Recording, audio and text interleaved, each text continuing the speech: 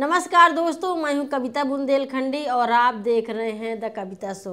आज हम बात करेंगे जीएसटी पर, क्योंकि ये मुद्दा सिर्फ नंबर और प्रतिशत का नहीं बल्कि हमारी जेब और रोज़मर्रा की ज़िंदगी का है।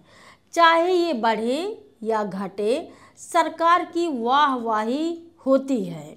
गलती का ठीकरा सरकार पर कभी नहीं फूटता। खुद जीएसटी बढ़ा करके कम करके मोदी सरकार इसे दिवाली का गिफ्ट बता रही है। वाह भाई, क्या बात है। और जो 8 दिवालियों में सबका दिवाला निकल गया, उसका क्या।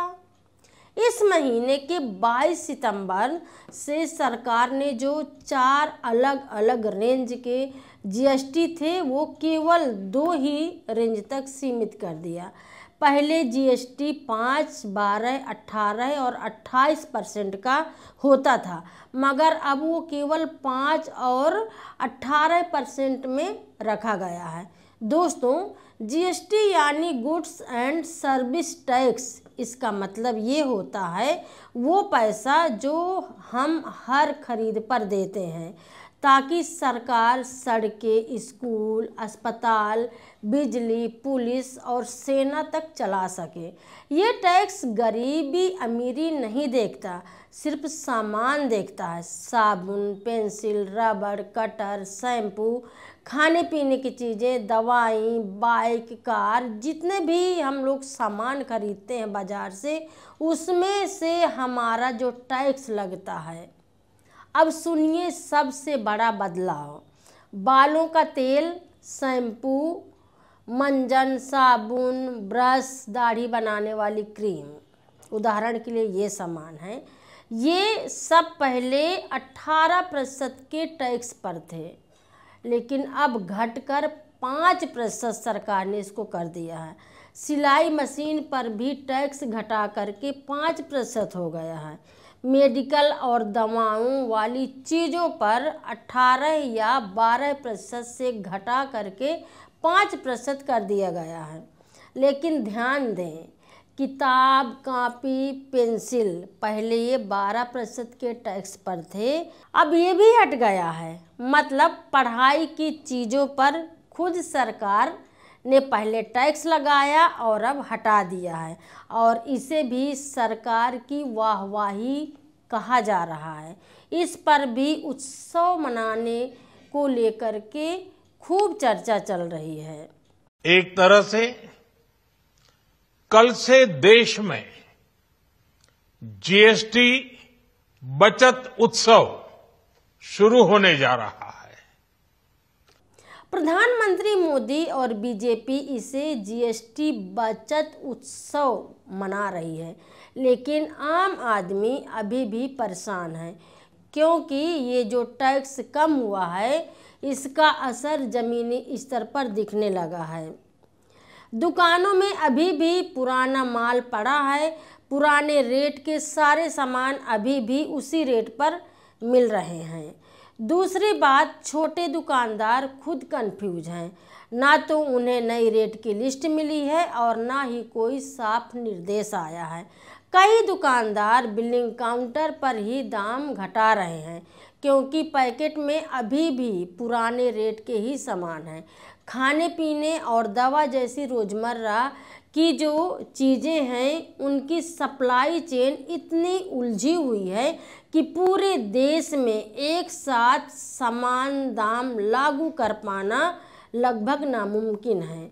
जीएसटी इसलिए बढ़ाई गई क्योंकि महंगाई और बेरोजगारी की वजह से लोग खर्च नहीं कर पा रहे हैं। अगर कंपनियों की बिक्री घटती है तो उसका मुनाफा घटेगा, वेतन कम होगी, नौकरी कट हो सकती है।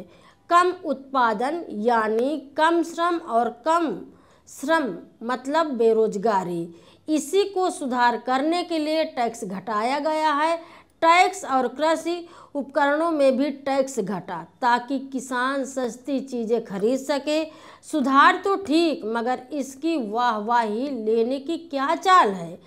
बढ़ाया भी तो इसी सरकार ने था, और सवाल ये भी है कि इसका असली असर कब दिखेगा। जब हमारे पास अभी भी उतना ही पैसा है, जब दुकानों में पुराना माल बिक रहा है, तब ये गिफ्ट केवल सरकारी और पीआर की तरह दिखता है। विपक्ष के नेता राहुल गांधी पहले जीएसटी पर 18% की सीमा रखने को कह चुके थे। ये उन्होंने 2016 में कहा था। अभी तक जान बचने वाली दवाओं और औषधियों पर भी जीएसटी लगता था। ये घटाकर अब 0 कर दिया गया है। कैंसर जैसी बीमारियों के इलाज में इस्तेमाल होने वाली दवाओं और औषधियों पर भी ये जीएसटी हटाया गया है। अब जा कर के हम इतने सालों से जान बचने तक में भी टैक्स देते रहे हैं। कैंसर किसी को भी हो सकता है, अमीरी गरीबी ये बीमारी नहीं देखती है, तो ये किसी को भी हो सकती है। और वैसे भी गांव के अस्पतालों की बेकार स्थिति की वजह से लोगों को शहर जाकर इलाज कराना ही पड़ता है, और इससे भी आने जाने के खर्च के अलावा दवा का, अस्पताल का, रहना और खाना, इन सब चीज़ों का पैसा हमको अलग से देना ही पड़ता है। तो जीएसटी क्यों था? अस्पताल के अलावा जैसे मैंने ऊपर बताया, पढ़ाई लिखाई का जो टैक्स लागू था, ये सब गरीबी के खिलाफ था। अब जीएसटी कम किया गया है ताकि लोग इन चीज़ों को सस्ती होने की वजह से अपना पैसा ज़्यादा खर्चा करें और इनको खरीदें, ताकि देश की आर्थिक हालात पर सुधार हो सके। मगर इसके साथ साथ नौकरियां भी मिले। युवाओं के पास में जब नौकरियां नहीं हैं तो वो देश की अर्थव्यवस्था को कैसे बेहतर करेंगे, पैसा कहाँ से खर्च करेंगे।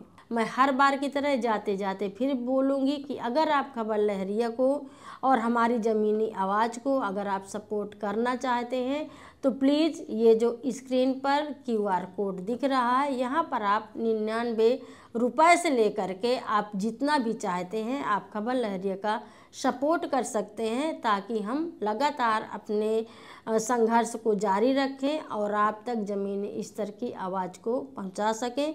अगर मेरा ये शो आपको पसंद आया है तो प्लीज़ आप अपने दोस्तों के साथ ज़रूर से शेयर करिए और मुझे कमेंट करके बताइए कि आपके मन में क्या विचार हैं। खबर लहरिया, आपकी खबर, आपकी भाषा।